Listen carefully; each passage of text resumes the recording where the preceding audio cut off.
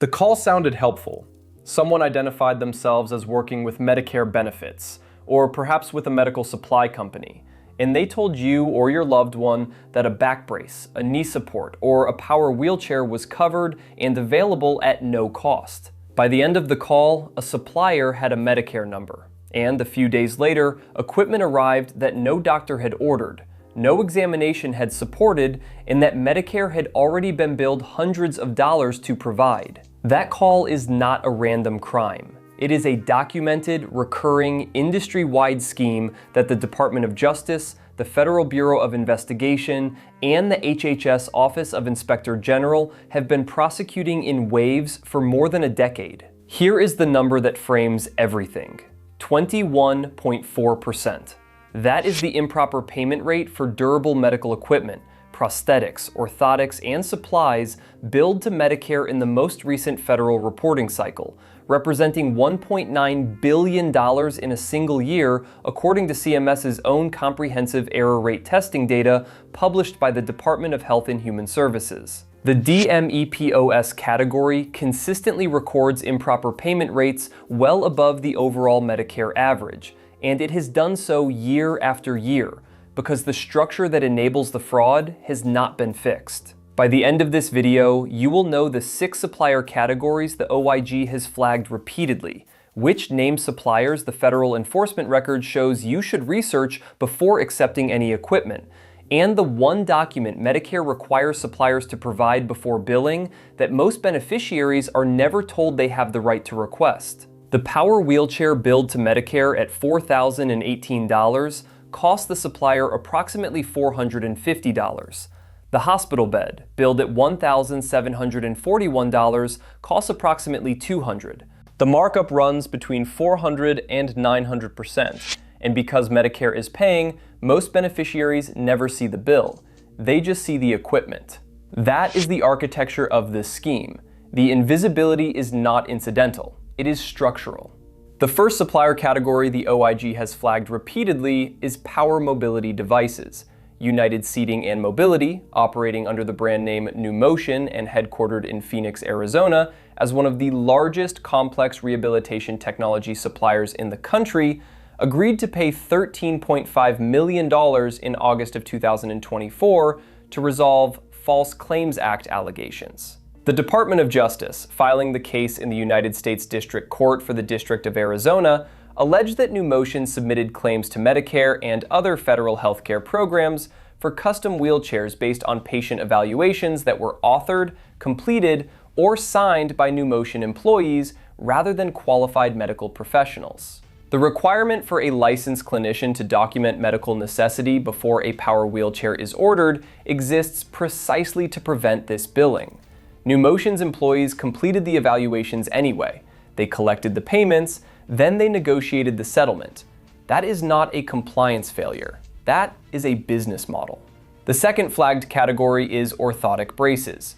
What federal prosecutors called Operation Brace Yourself began in South Carolina in 2019. The Department of Justice executed more than 80 search warrants across 17 federal districts. The initial charges targeted 24 defendants connected to a fraud scheme involving more than $1 billion in Medicare claims, in which telemarketing companies paid kickbacks to physicians at fraudulent telemedicine companies in exchange for orders for medically unnecessary back, shoulder, wrist, and knee braces sent to Medicare beneficiaries who had never been examined. 130 home medical equipment and durable medical equipment businesses were identified as part of the broader network. Patients in dozens of states received braces they never requested. Suppliers billed Medicare for braces while paying marketing referral fees that were a fraction of what they collected from the program. The OIG flagged more than 369 durable medical equipment suppliers for aberrant billing in 2021 alone. The math behind that scheme is worth naming precisely. A fraction paid to acquire a lead, hundreds of dollars billed to Medicare per brace. That margin, multiplied across tens of thousands of patients, is what funded the shell companies, the overseas accounts, and the years of prosecution that followed. The part of this that most people miss is not the scale of the individual transactions.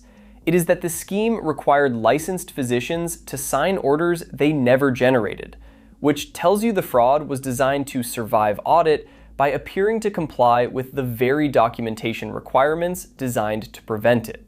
The third flagged category is CPAP and respiratory supplies. Medicare repeatedly pays for supplies for patients who are no longer alive or no longer receiving treatment, because suppliers are required to verify patient eligibility before billing, but frequently do not perform that verification.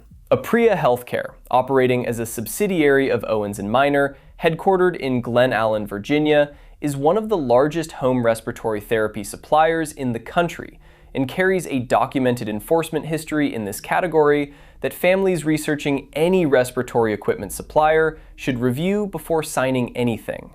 The pattern across the category is consistent. Eligibility verification is a requirement on paper, and it is routinely skipped in practice. Dead patients do not complain about incorrect billing. That is not a coincidence. The fourth flagged category is diabetic testing supplies. The fifth is hospital beds and pressure-reducing support surfaces.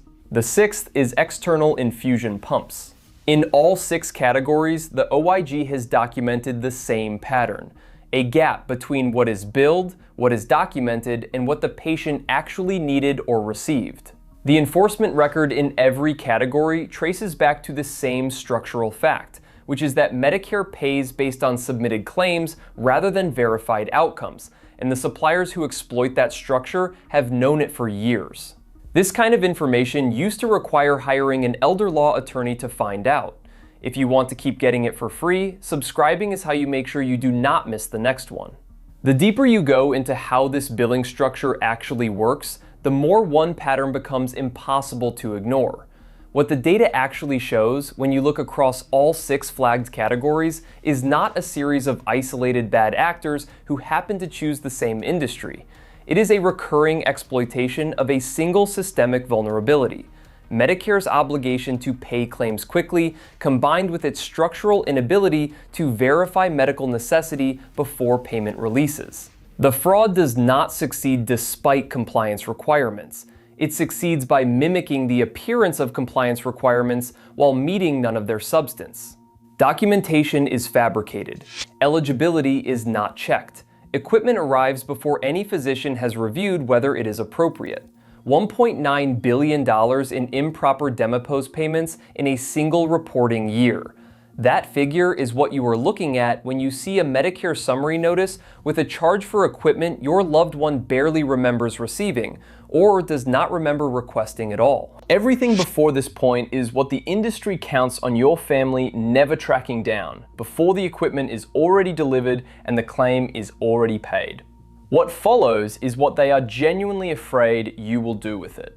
The one document you have the right to request, and that most Medicare beneficiaries are never told about, is called an Advance Beneficiary Notice.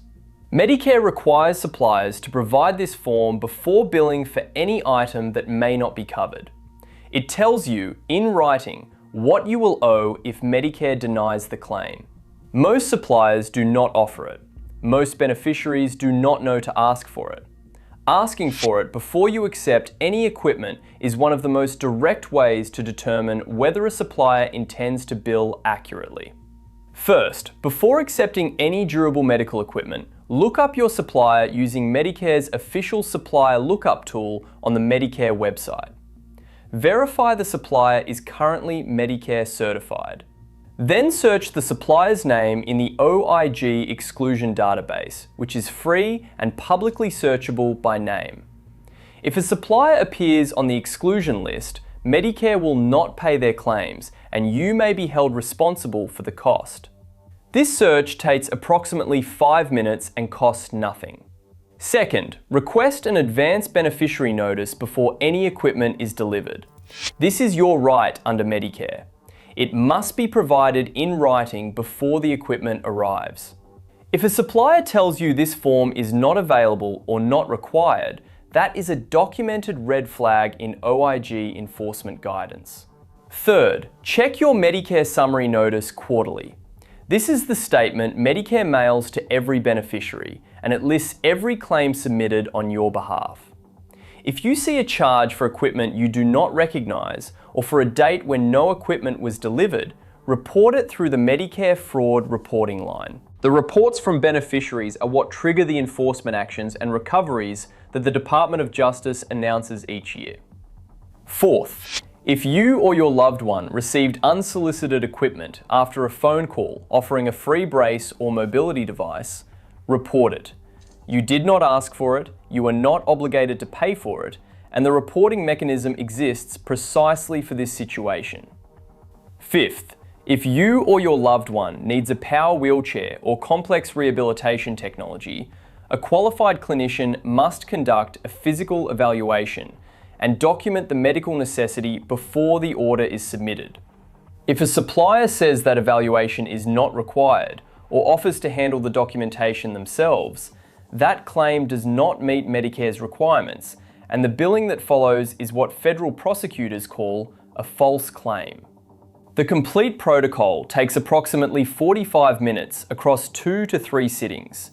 The average fraudulent billing for a single power wheelchair runs into thousands of dollars. Those are not comparable costs. Before this video, you were someone the durable medical equipment industry expected to accept whatever arrived at the door and trust that Medicare was handling the billing correctly.